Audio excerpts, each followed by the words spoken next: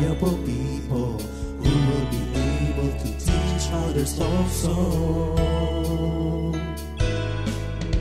Take the teachings you heard me proclaim in the presence of many witnesses, and entrust them to reliable people who will be able to teach others also.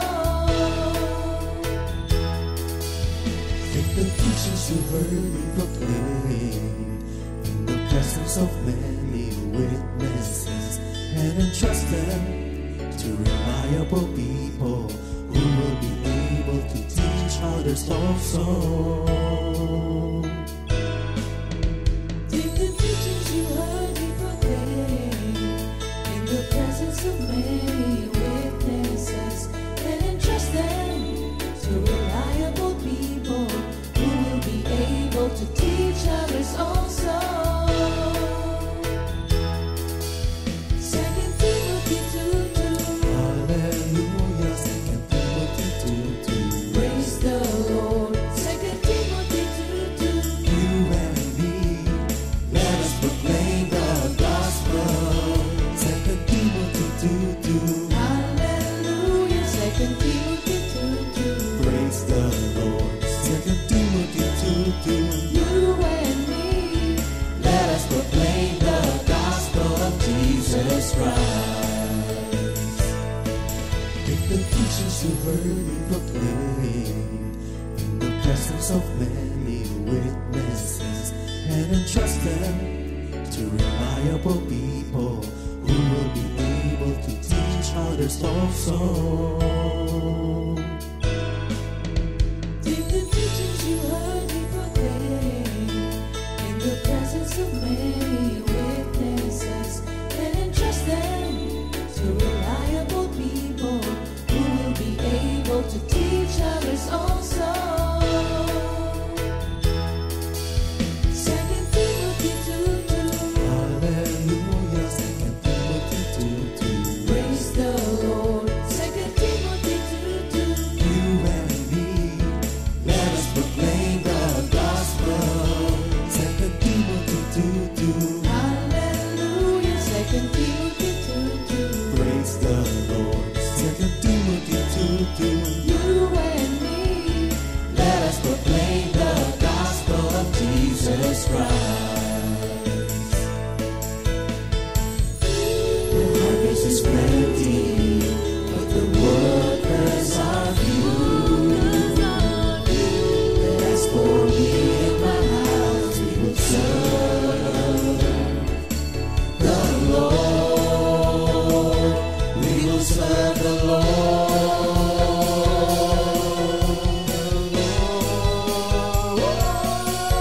2 Timothy 2:2.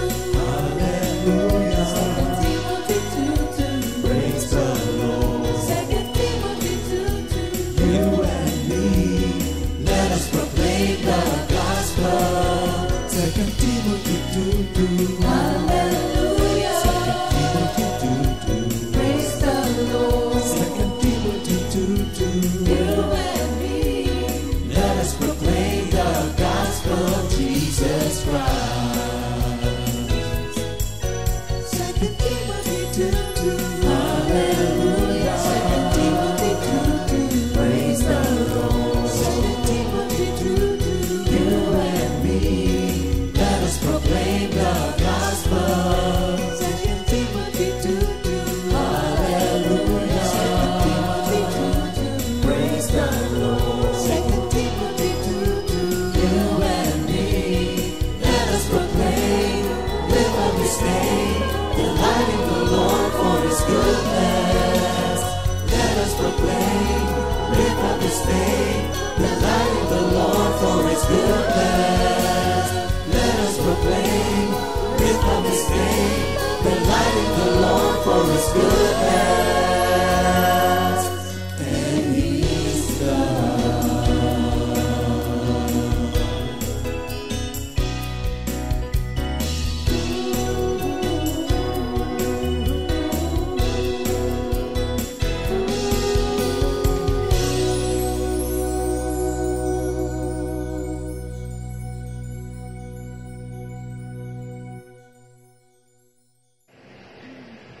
Good morning, brothers and sisters. We are the granddaughters of Minister Boy Salvacion, and we are here to offer a song to the Lord.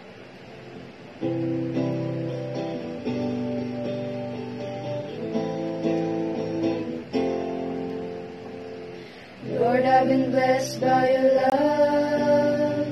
You show me your constant care.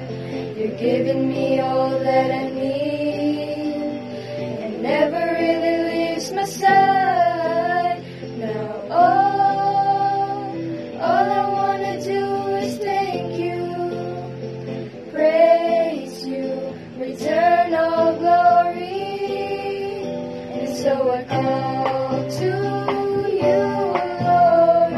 Give me the strength to please you. I wanna make you smile on me, oh Lord. I wanna follow you, Jesus. Let your love make me shine like you do.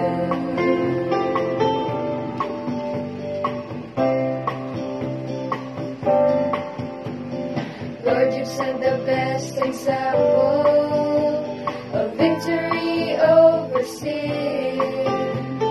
Jesus gave himself for me to rescue me from wickedness. So Lord, let me not forget the reason of his death on the cross. And so I call to you, Lord. Give me the strength to please you. I wanna make you smile on me, oh Lord. I wanna follow you, Jesus. Let your love make me shine like you do.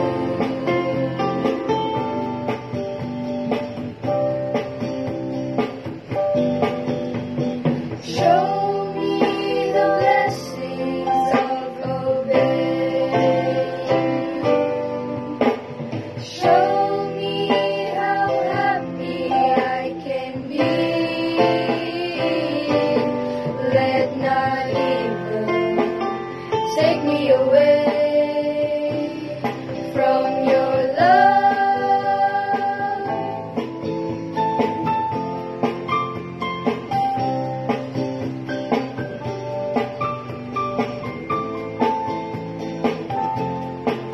And so I call to you, Lord.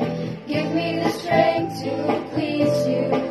I wanna make you smile on me, oh Lord.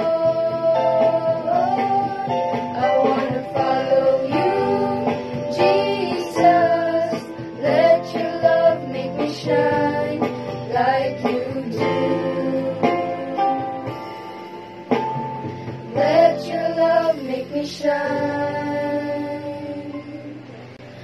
like you do.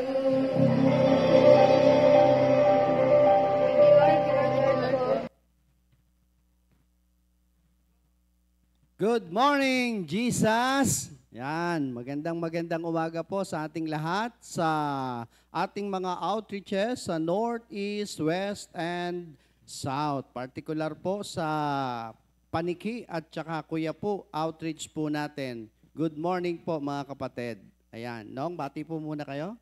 Magandang umaga po sa ating lahat, mga kapatid. At binabati ko ang lahat ng members ng Comfy Family. Amen. Ayan, para po sa ating opening prayer muna, Nong, please. Dakila naming Ama, Diyos naming mapagmahal na hindi kami pinababayaan lahat. Tinuturo mo sa amin ang katotohanan at ang katotohanan ito ang aming nalalaman at aming ipapamuhay. Kaya sa tulong ng iyong banal na Espiritu, mangusap ka, kami pong lahat ay nakikinig sa pangalan ng ating Panginoong Hesus, Lahat po ay magsabi ng Amen. Okay. Ayan. Para po sa ating memory verse of the week sa Proverbs chapter 4 verse 23. Keep your heart with all diligence, for out of it spring the issues of life. Sa Tagalog po, no? Ang iyong puso'y buong sikap mong ingatan. Sapagkat mula rito'y dumadaloy ang mga bukal ng buhay. Napakaganda. Kaya importante yung pusong nagmamahal kay Lord. Amen. Okay. Ayan. Okay, sige. Balik na po tayo sa ating pag-aaral. Ano? Pero before that, awit muna po tayo ng ating song. Sige. Kasi anong title natin? Ano nga ang title natin ngayon? Mic test. Ayan. Okay, sige. There. Ang Bago tayo mawit, ano nga ang title ang natin? pag-aaral po natin ngayon ay karugtong ng ating mga series. Ano po? Ang title po is God is Truth, So I Am Free. So, awit tayo. Dahil dyan, may aawitin po tayong song dyan. Okay, ang awit natin. I'm free. I'm free. I'm free to be the servant of the Lord. I'm free. I'm free. I'm free to be the servant of the Lord. He taught me how to praise Him. He taught me how to sing a song. He taught me how to love. I'm free to be the servant of the Lord. Yan. Ayan. Dahil, Thank you, Lord. dahil tayo'y free, ngayon naman ay malaya tayong sumamba. Karapat dapat ka sa iyong kalwalhatian, buong kalangitan, sa'y nagdiriwang, kaming mga nilikha mo, aming sasambitin. Banal ka at makapangyarihang Diyos. Dakila ka, O Jesus, sa iyong pagmamahal. Ibinigay mo ang iyong buhay. Kami ngayon ay malaya na. O Jesus, dapat kang parangalan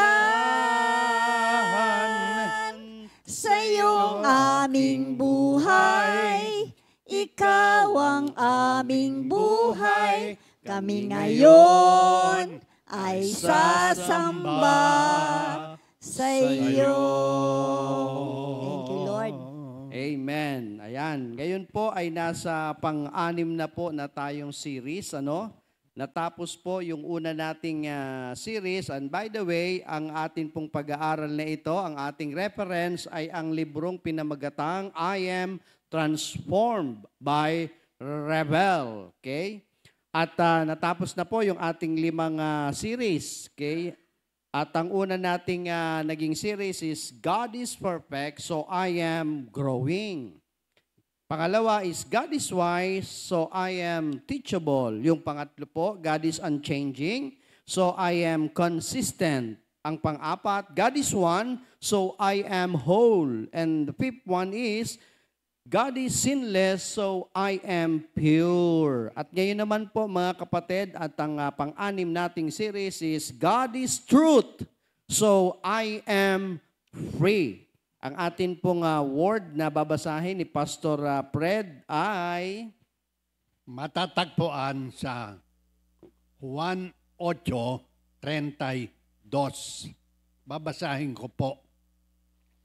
Makikilala ninyo ang katotohanan, at ang katotohanan ang magpapalaya sa inyo.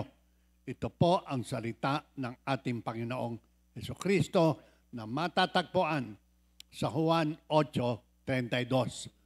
Manalangin po tayo. Diyos namin na makapangyarihan.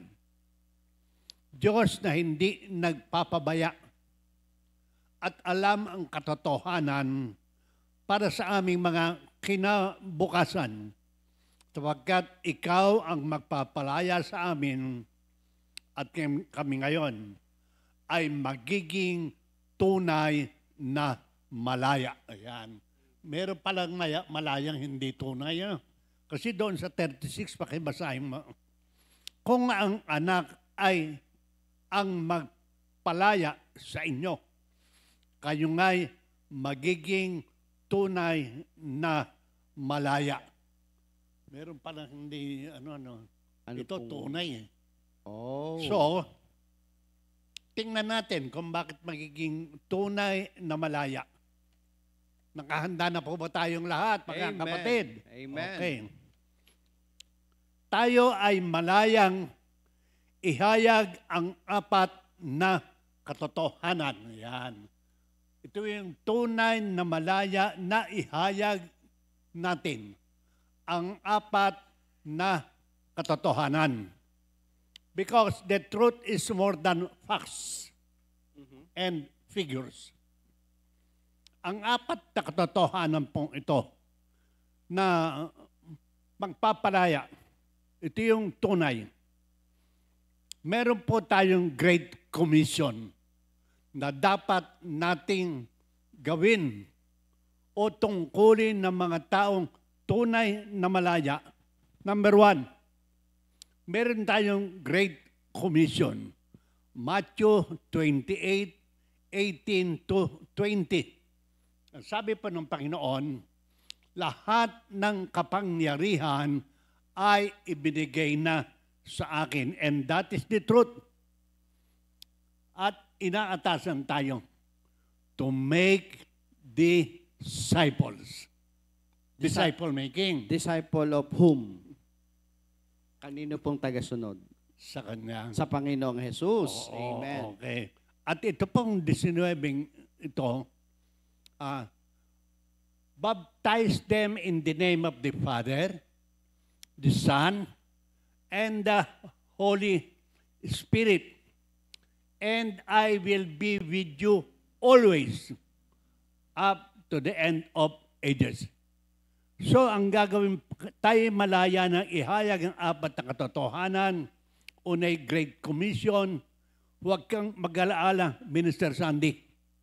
Hindi tayo iiwan at hindi tayo iniiwan at lalong hindi tayo iiwanan in the future because the truth of this commission will set us free. Pangalawa, care. An immortal soul is beyond all price.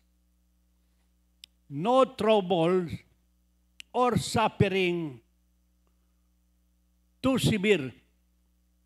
God loves the soul more than all creation. See that winning souls is the work of those wise men. Proverbs 11:30. At yung pong mga tao na umaakit,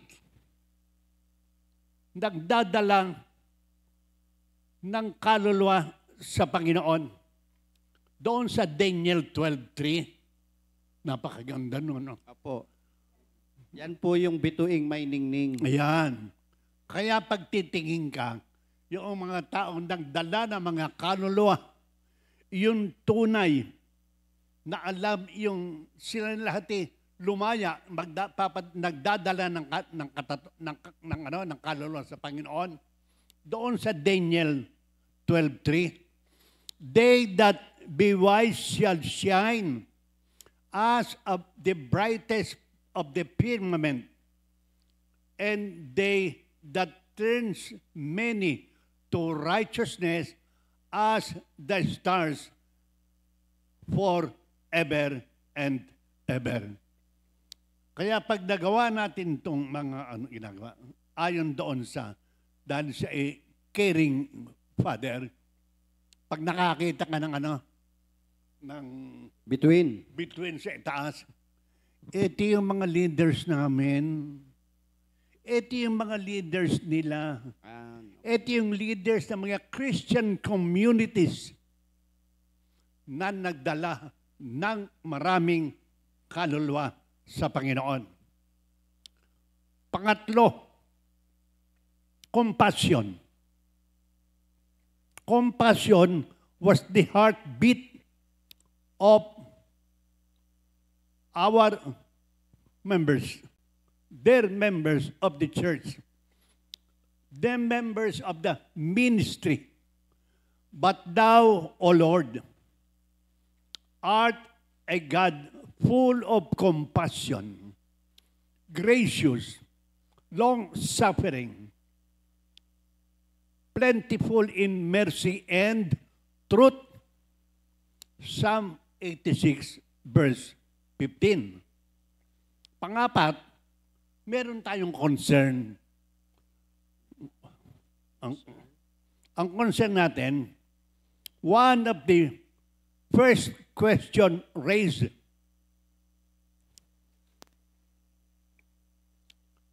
recorded in history. Merong unang-unang question sa history of the Bible. Ito po ay matatagpuan sa Genesis 4:9. Ito po ang sinasabi. Am I my brother's keeper? Do I have moral obligation towards others? Yan ang pinakamaganda. Yan na po yung compassion. Ito yung concern. Concern. Ang compassion, yung nagsasapir, ano man ang mangyari, itutuloy ko ang gawaing ibinigay ng Panginoon sa akin dahil ako'y malaya na. Okay na. Nag-admit tayo. Kaya tayo, meron tayong Ministry of Intercession. Kaya yung ibang ating lesson dito, nag-i-intercede tayo para sa mga tao na walang nag-intercede.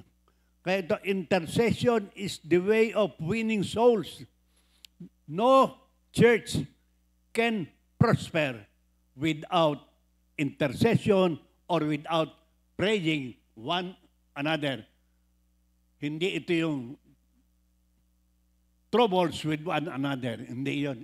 Binasura ng church natin yan. Pray for one another. Pray for one another. Colossians 1:3. Praying always for you. Kaya ang lahat na ito ating ini-introduce dito. Ang ating pong ginagawa dahil tayo'y tunay na malaya, nag-i-intercede tayo sa tao at ang apat na bagay na binanggit natin kanina, natatandaan ba? Commission, The Great Commission, concern, and compassion. compassion, care. Care. Yan ang pinakamaganda. So, anuhin ko lang po yung binahagi niyo, Pastor Fred, Sige. So, sabi po kasi ng ating topic ng Panginoon sa John 8:32, you will know the truth and the truth will set you free. Okay. So, sa pamamagitan po ng paggawa ng greatest commission, which is papalaganap at paghayo ng mabuting balita tungkol kay Kristo na may concern, compassion, at commission o care, ay doon ngayon mabubuksan ang isipan ng tao sa katotohanan tungkol sa Panginoong Jesucristo, tungkol sa kanyang mga ginawa at ang layunin niya ng pagkamatay sa krus. At dahil po sa mga katotohanan yaon, ang tao na maraming bumibihag sa kanya na maling paniniwala, maling pag-uugali, maling gawa, ay sa pamamagitan ng greatest commission, which is preaching the gospel of Christ, doon po lalaya ang tao. Tama po ba? Tama. Ayun, Tama. amen. Doon sa Ezekiel 34, verse 6. ito ay isang napakagandang hamon sa mga taong pinalaya ng Panginoon towards the truth. Ezekiel 34 verse 6, my sheep wandered, no shepherd to care. Naghahanap ng mga shepherd, pastol, na mag-aalaga sa kanila. Kasi sa 22:30 ng Ezekiel, I am looking for an intercessor. I will not destroy it. Kung merong mananalangin para sa kanila, hindi ko wawasakin ang Israel. Kaya napakaganda. Ganon din po pala kahalaga ang nag-i-intercede. Ano po? Oo, pag ikaw ay nasa katotohanan, Opo. hindi ka pipitik-pitik, hindi ka, teka, doon tayo muna, sundali lang, hindi. Natutulog sa pansitan. Pwede ba sana? Okay, sige ha. Ito po ay more than facts and figures. Mamaya po, sasabihin ko maya-maya. Yung mahalagang malaman mo ang katotohanan. Pero meron ding binabanggit na babala. Okay. Pero tingnan natin yung more than facts and figures. Okay. Halimbawa, maraming tao ang gustong-gustong malaman yung magagandang facts and figures tungkol sa Biblia. Ito ay sample. Pakinggan po natin, sample. The entire Bible is consist of 1,189 chapters. Facts to. Tuwan-tuwa kang malaman mo, hindi ba? Kasi hindi mo na ano eh. Pangalawa, sa Old Testament, merong, ito ay 929 chapters ang Old Testament. Wow. Ang New Testament is 260 chapters. Wow, ang dami palang chapter nito. Po, ang dami pong impormasyon yan. Ang daming information ka makikita. Ano ang middle chapter ng Old Testament? Job 29. Ito po ang middle chapter ng Old Testament. Eh, ano naman ang middle chapter ng New Testament? Romans 13. Marami po hindi nakakaalam yan. Marami din nakakaalam. Marami ang gusto ito ang malaman. Okay. With facts and figures. The middle and the shortest chapter, Psalm 117. Ano naman ang longest chapter? Psalm 119. Kayo na po ang humanap nito. Kasi talagang magiging curious ka. Knowledgeable. Knowledgeable. Pero ang binababalaan dito, ito ba yung tunay na katotohanan na magpapalaya sa atin? Real truth is what works, what matters, what stands in the test of time. Ito ba talaga yon kailangan ng tao? Kailangan ng tao ba hindi? Ang impormasyon. Ang impormasyon. Pero marami din ang mga babala sa atin.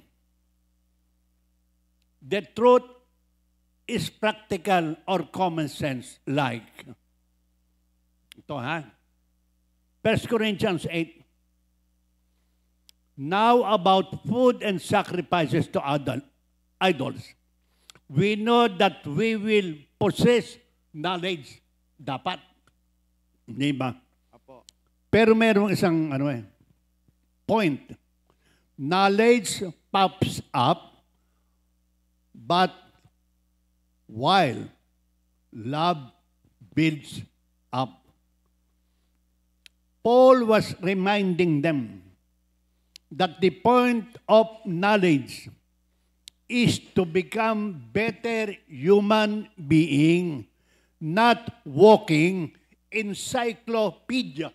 Oh, Ayan, maraming yun po ganyan. yung ano dyan, yung danger, ano? Oo. Napupuno po ng facts and figures and information ang tao.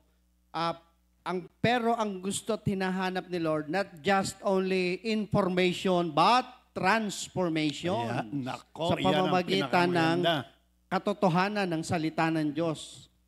Ayun. Yun ang magpapalaya talaga. Opo. Amen. Kailangan natin yan.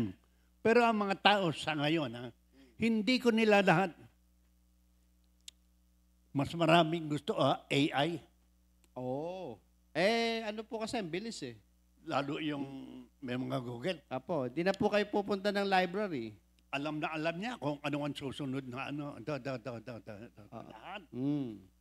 Pero nagpapapap lang. Alam ko na lahat yan. Ay, hindi na ako makikinig ng GMJ. Bakit? Alam ko na yan. So, ang purpose po ng truth is not only information, but transformation. Kaya yun ang ating to have a transformed life pleasing to God. Dito pa, isa pa.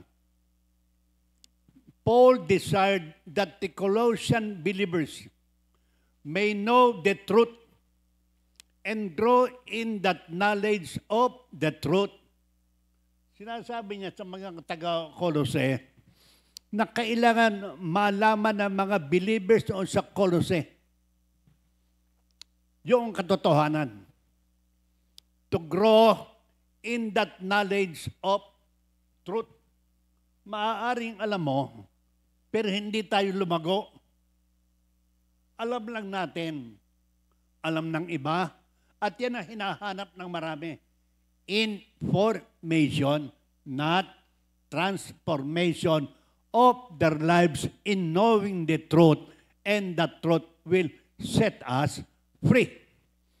Colossians 1:9-10. Paliwanag. Kaya't mula nang marinig namin ito, patuloy naming idinadalangin sa Diyos na sana'y ipaunawa niya sa inyo ng lubusan ang kanyang kalooban sa pamamagitan ng karunungan at pangunawang kaloob ng Espiritu. Kaya ang hinihiling ni Apostol Pablo sa mga taga-Colose, kaya mula nang madinig namin ito, patuloy naming idinadalangin, nag-i-intercede sila. Ipinananalangin yung mga churches sa Diyos na sana'y ipaunawa niya sa inyo ng lubusan ng kanyang kalooban. So yung talagang real truth of God's will ang mapunta sa atin lahat sa pamamagitan ng karunungan at pangunawang kaloob ng Espiritu. Sa verse 10, gayon, kung gayon,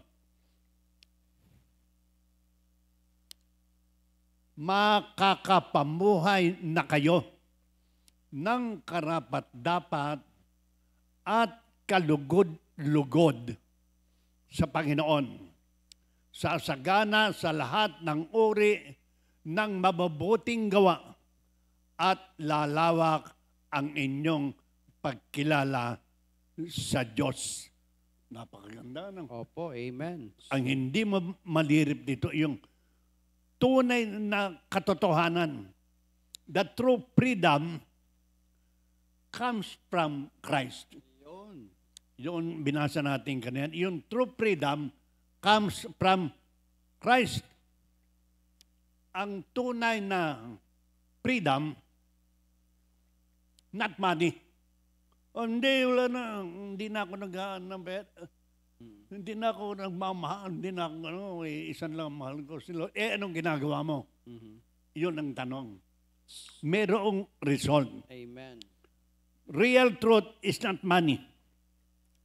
Real truth is not nice job. Ako pinagpala. Yes, that's true. Kung pinagpala ka ng Diyos, sumuporta ka ba sa gawain ng Panginoon upang ang magandang balita ay maihayag for the transformation of those people who are still slaves of sin. Amen. Ayan, maliwanag. So ito po pala, no? Sabi nga po dyan, clearly, truth is important to God. Because He is truth, as Jesus said. He is the way, the truth, and the life. So He does cares about details, but truth is not about filling our heads with facts. According to Jesus, and you shall know the truth, and the truth shall make you free, in John 8:32. So the point of truth is not to know more, Ayan, but to live better in obedience to God. So it is to accomplish more, to make fewer mistakes, to work more effectively, to love people more. Yung po palang purpose, ano po, pagka mas nakaalam ng katotohanan tungkol sa Panginoong Jesucristo, ay mas marami siyang magagawa para sa Panginoon at maraming maa-accomplish for God, for God's glory din. Ano po? No. real truth also, that's the true freedom that comes from Christ. Itong real truth is not a nice house. Yeah, marami, ganda ng bahay namin. Marami kaming magagandang mga silya, marami ganitong ganito, maraming ganito. Ang truth, saan galing yan? Oh. Ayun, maliwanag. Sa pinagtrabahuan. Ayan, pinagtrabahuan. Pero hindi iyon ang tunay na truth. Ang tunay na katotohanan ay iyong magpapalaya sa kanila. Doon sa pinagsisikapan lagi niya. Totoo dapat yun. Pero kung nakatuon tayo doon sa mga material na bagay, hindi ito yung tunay na truth. Meron pang isang expensive car. Oh, maganda yan ah. Oo. Oh. Marami rin, maski community. Meron nga ako nakita isang community doon sa nasa sulok doon sa may kaintan. Sabi ko, Pastor, ang dami pa na din yung sasakyan. Dalawa yan, dalawang malaki. Yung isa, pansundo. Okay.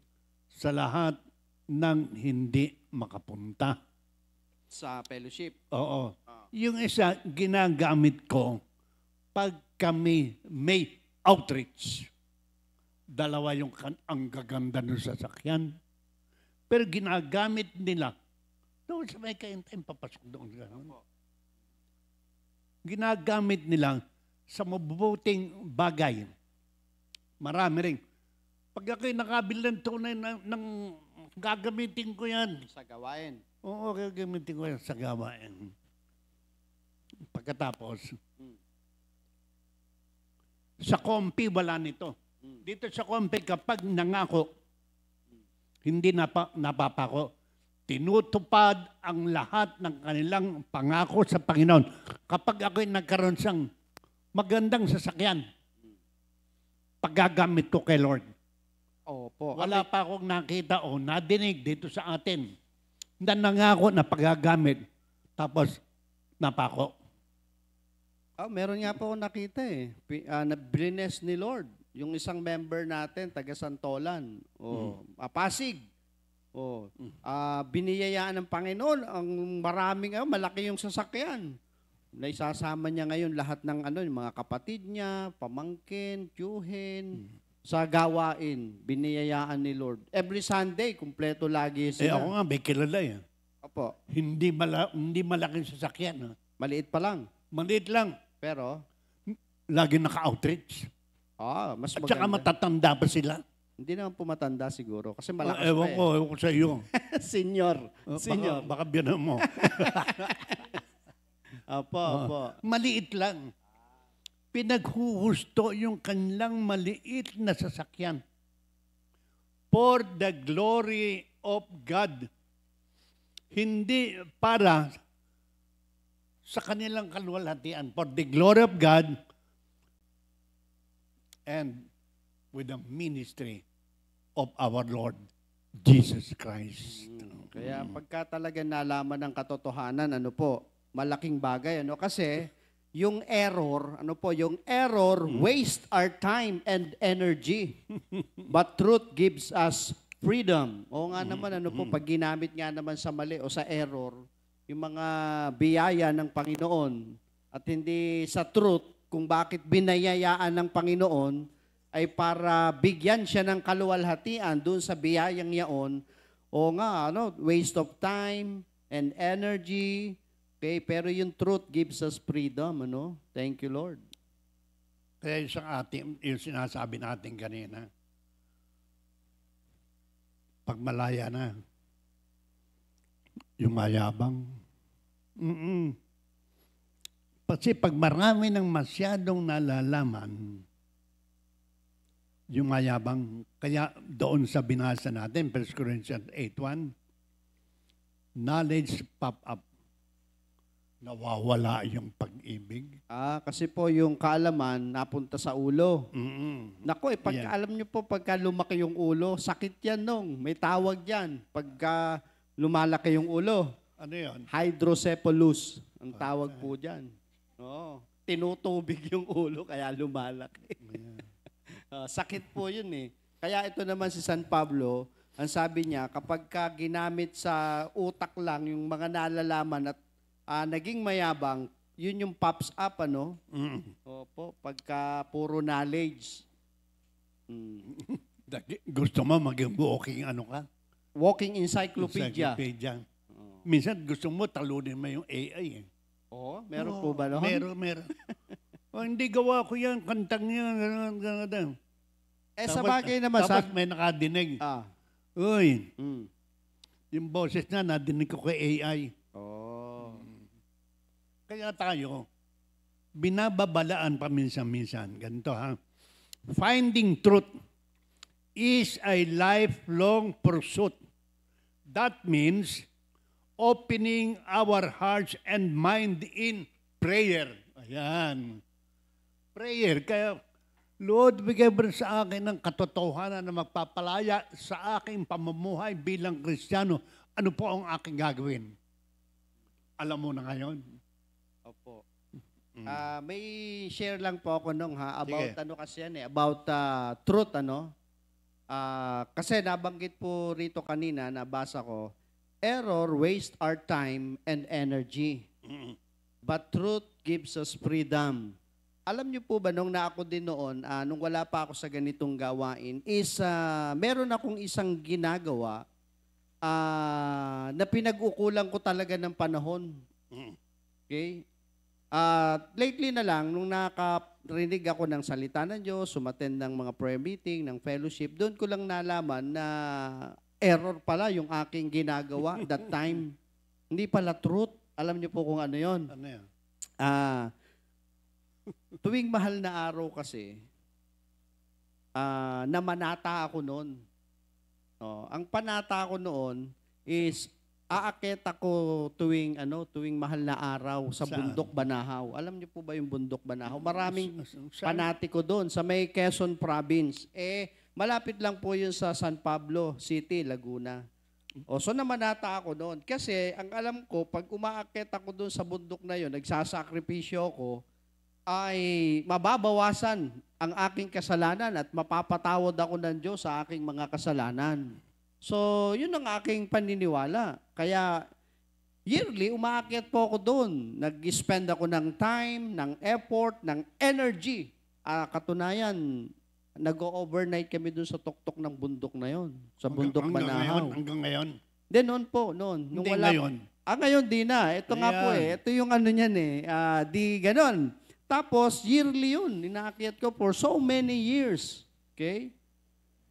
Then, dumating yung time na napunta ng prayer meeting, yung prayer meeting napunta ng San Pablo sa may lugar namin. In-invite ako. Yun yung sinasabi nyo kanina, yung commission, yung greatest commission, go and make them my disciples.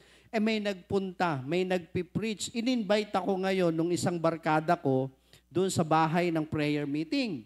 So dahil sa barkada ko, umattend naman ako. So unti-unti, doon ko po nalaman yung aking ginagawa dahil sa pagpipreach nga ng truth. The truth is, Jesus is the way. Papunta sa Ama, the truth and the life. No one goes to the Father except through me. Kala ko sa ginagawa kong pag-akit sa bundok, makakarating ako ng langit.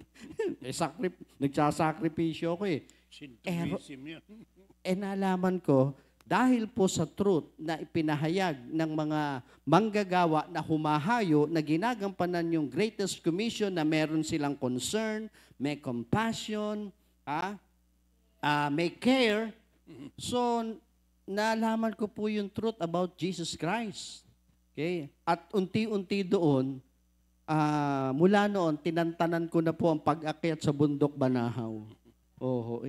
Inihinto ko na. Pero, yun nga po, waste of my time, my energy, my effort. Salamat sa Panginoon dahil lumaya na ako sa ganung pananaw. So, finding the truth is a lifelong pursuit.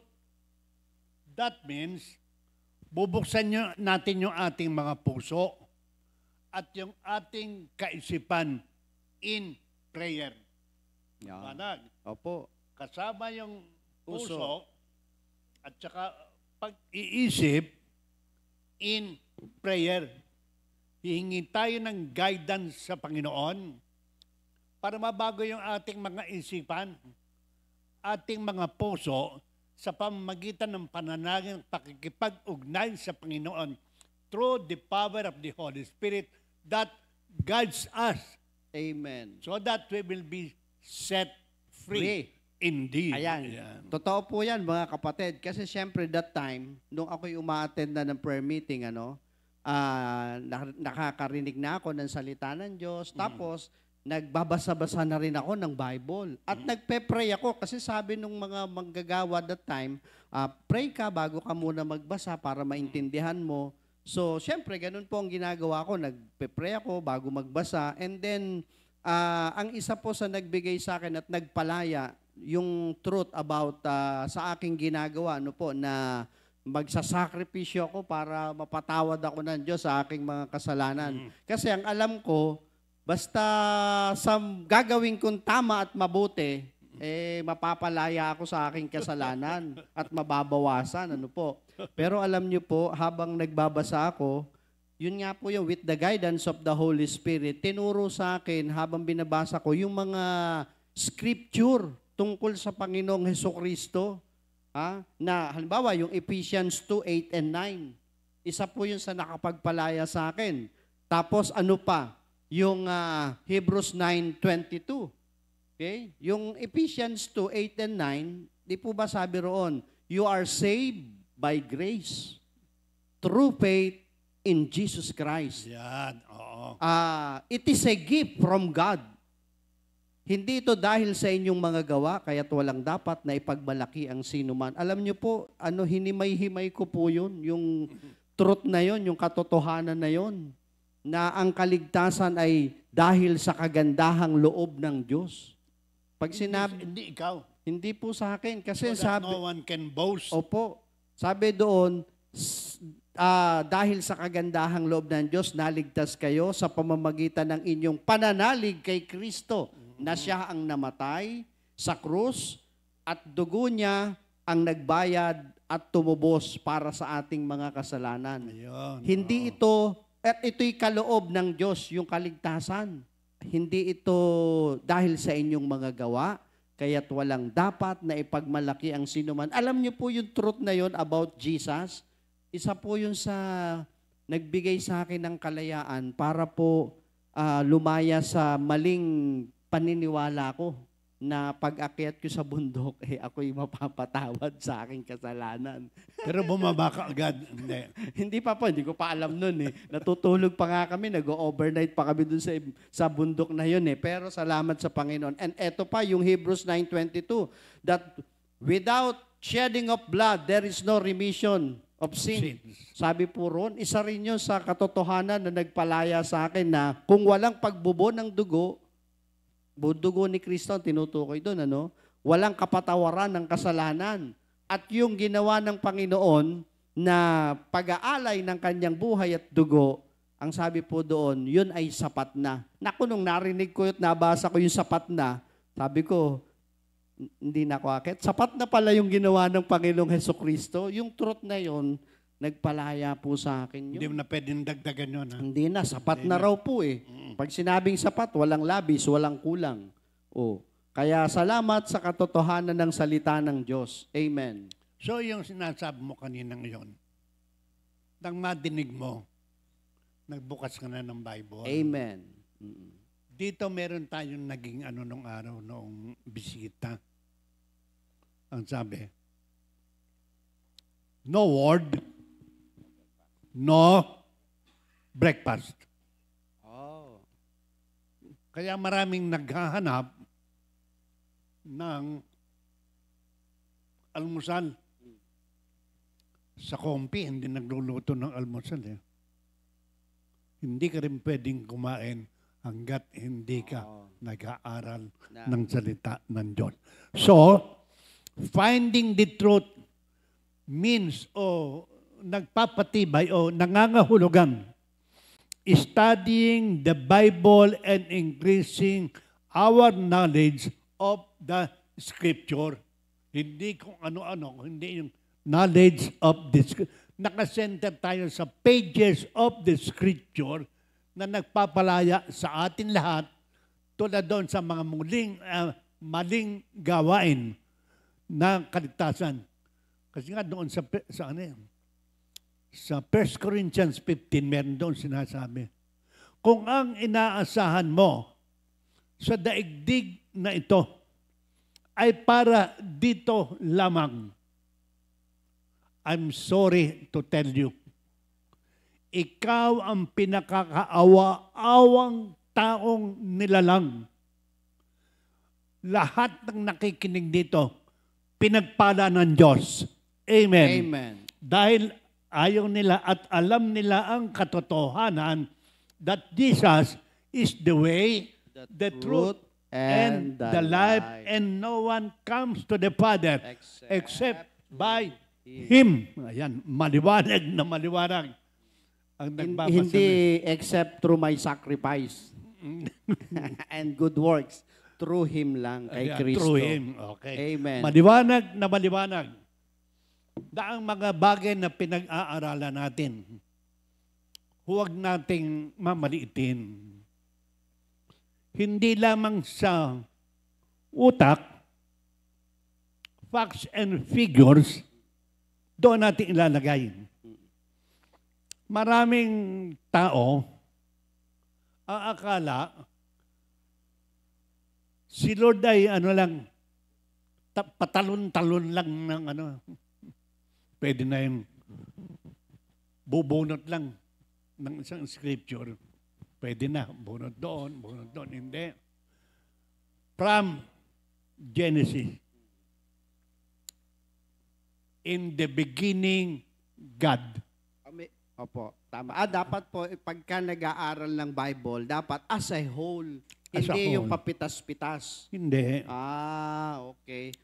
Yung papitas-pitas, yung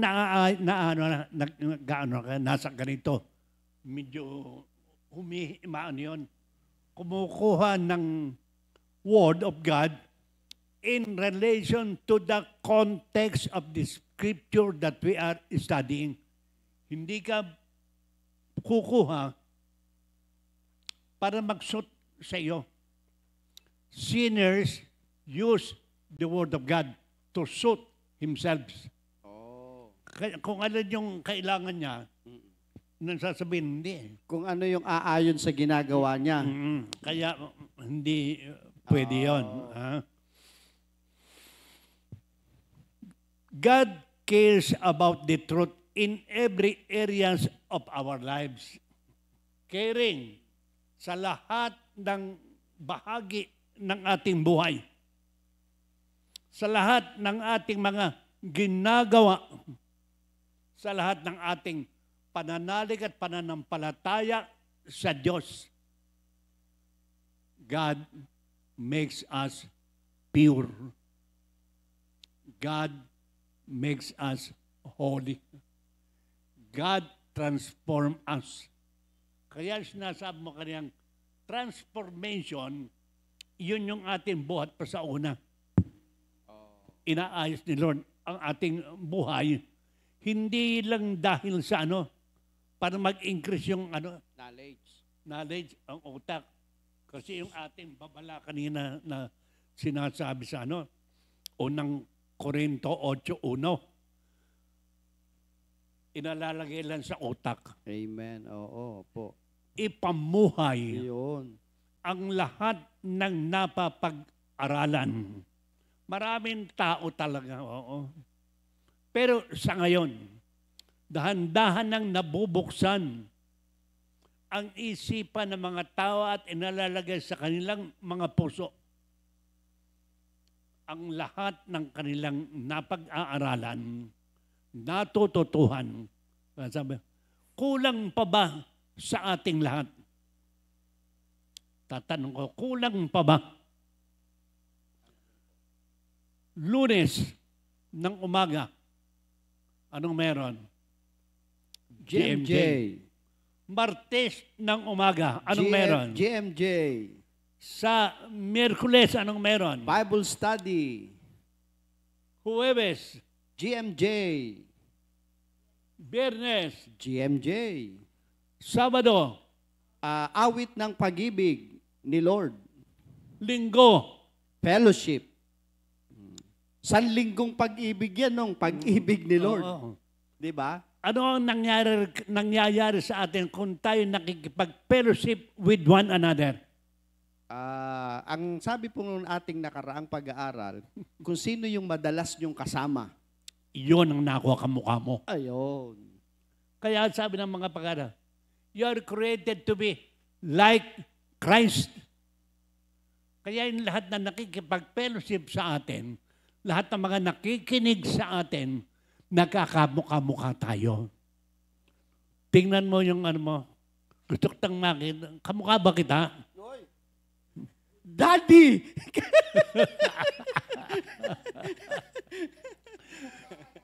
Alam mo talaga, napakasarap pag-aralan ito. Itong mga hindi namimili ang Panginoon ng areas ng buhay natin. Halimbawa, anong area ng buhay mo? Yung gusto natin. Anong area ng buhay ko kaya ang gustong gawin ni Lord sa akin? Ang baguhin. Ang baguhin. I-transform. Oo, mamimili ka ngayon. Apo. Gusto ko, pag humingi ako sa Kanya, ibigay agad. Gusto ko,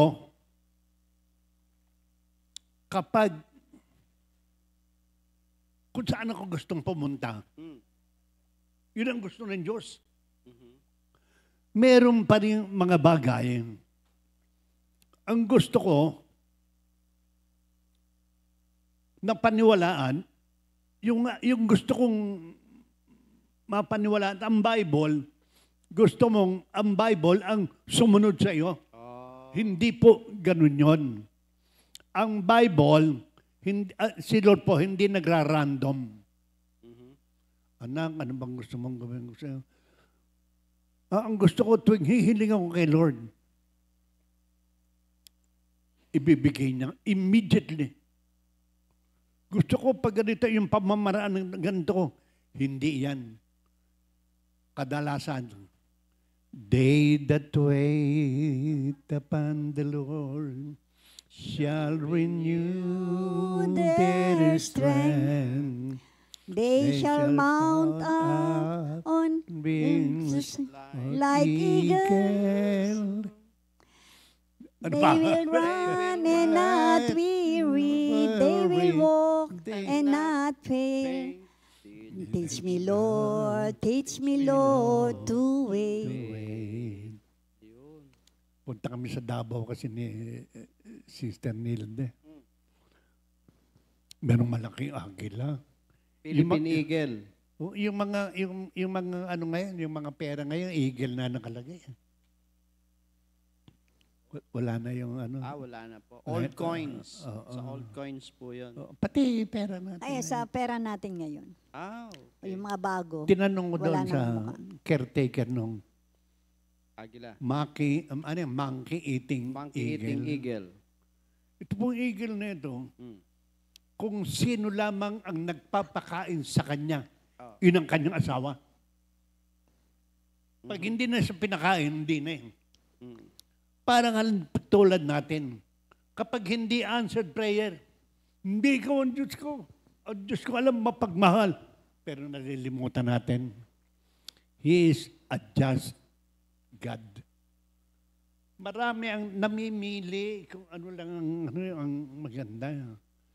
Clearly, truth is important to God. Why? According to Jesus, He cares about every details of our journey in life. Si nanay nga ilang taon na? 95. 95. Kung may natitira pang Sobra na nga 5 po. para makatanggap siya ng ano? 100 years old. Oo. Sa Bible merong 80. Lord, pwede bang Oh. paano naman? Pa-extend naman. Mm. Pwede namang mag-request. Kasi nga ang buhay ng tao, ewan ko kung nasabi na natin, ang buhay ng tao is 555,550 months bago ka maging 70. Dami Nakwenta nyo yun? Meron akong nadinig Okay. na binasa. Amen. Pagkatapos, 80 Opo. kapag ikaw ay malakas. Amen. Malakas ako ngayon.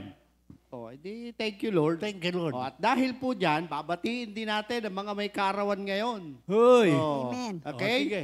Happy birthday po sa mga nagdaraos ng kaarawan. Okay? This September na. Ilahat na natin ngayong September. No? Pero ngayong September 4, mga nagdaraos po ng kaarawan. Okay?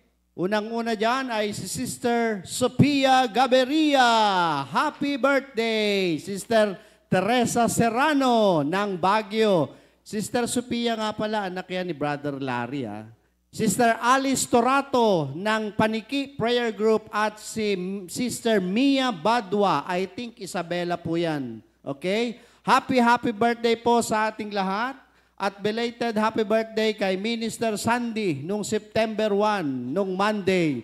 Happy birthday to me. At kay Nanay Aning, magka-birthday po kami. Okay? Enjoy your day and my day.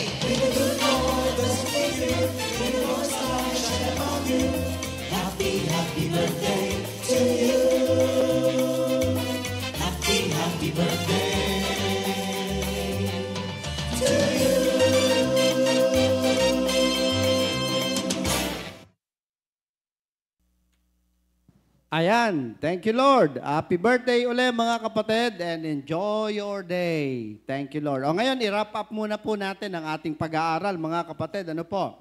Kaya ho, napakahalaga na patuloy nating malaman ang katotohanan, hindi lamang po for information, but to transform us. Okay? Transformation po ang pinaka-goal ng Panginoon sa ating buhay. Kaya ibig niya na makilala natin ang katotohanan which is our Lord Jesus Christ. Kasi it enables us to live in a sustainable, healthy, and holy way.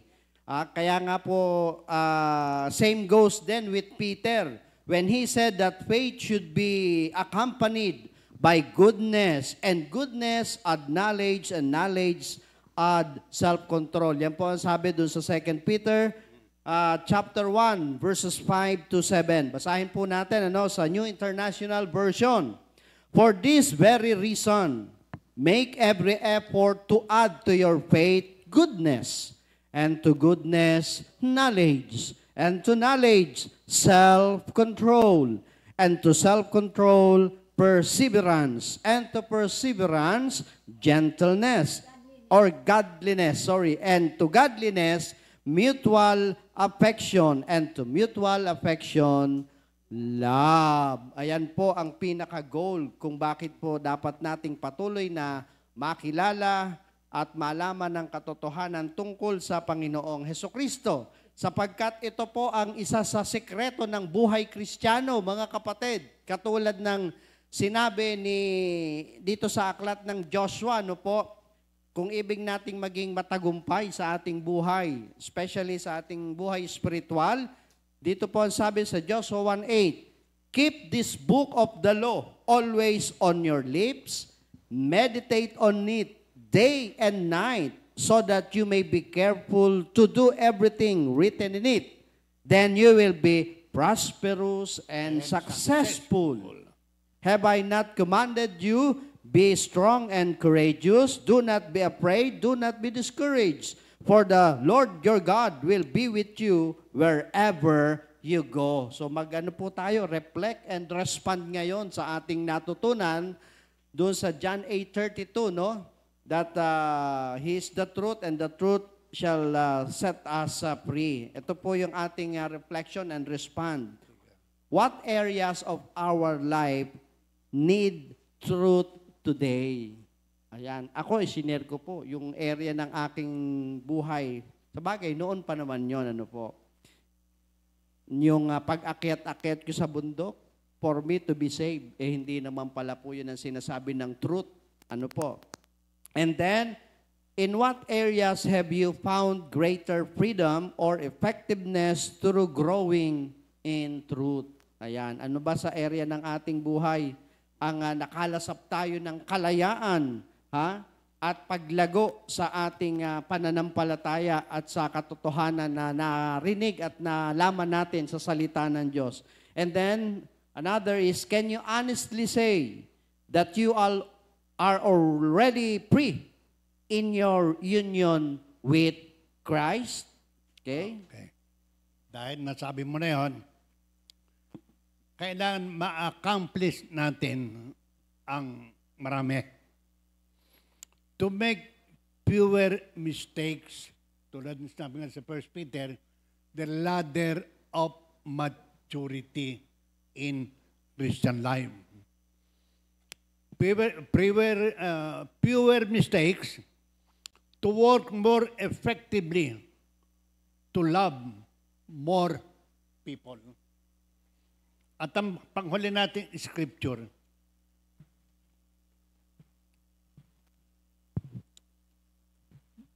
God is the source of the truth, and He wanted to share it with us.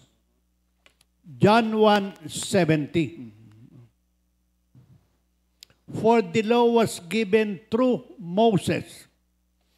Grace and truth came through Jesus Christ. Sa Tagalog version, ibinigay ang kautusan sa pamamagitan ni Moses.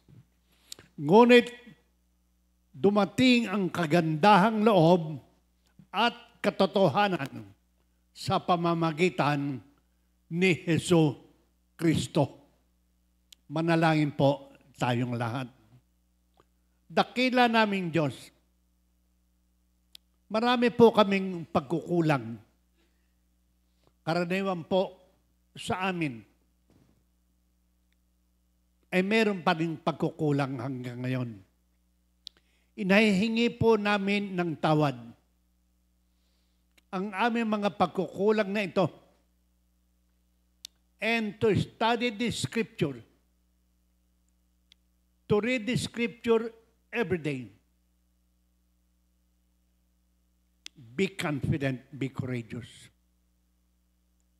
I am with you.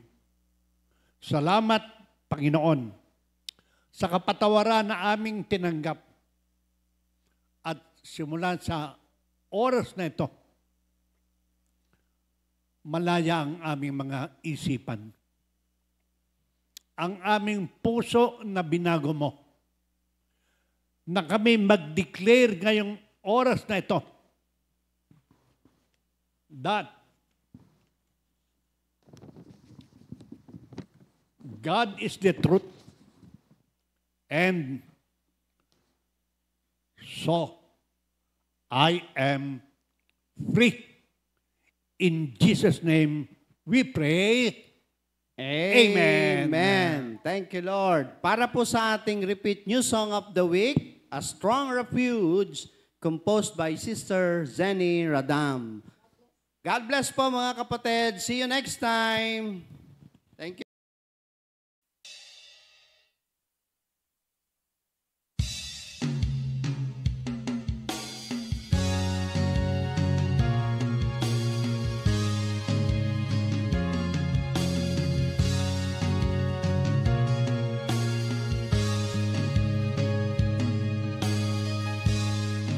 The Lord is good when trouble comes. He is a strong refuge, and He knows everyone who trusts in Him.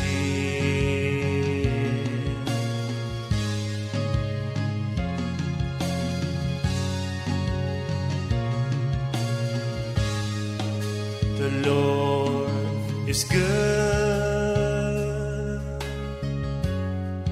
when trouble comes.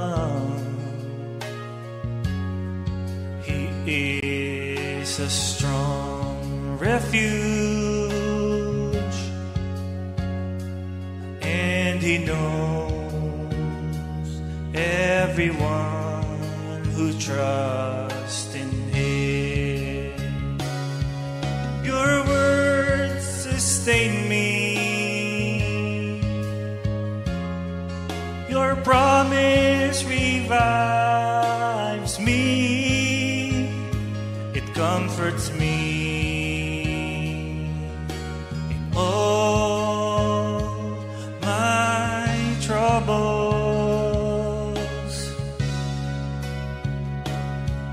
Your words sustain me. Your promise revives me. It comforts me in all my troubles. Do not be afraid, for I am with you. Do not be dismayed, for I am your God. I will strengthen you. I will help you. I will uphold you victorious right hand.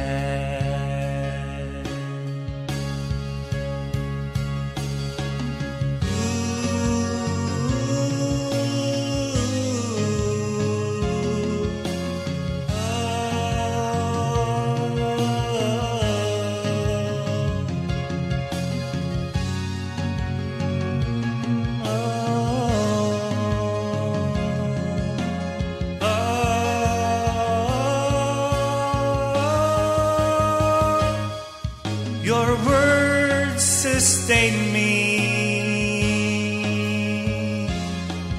Your promise revives me. It comforts me in all my trouble.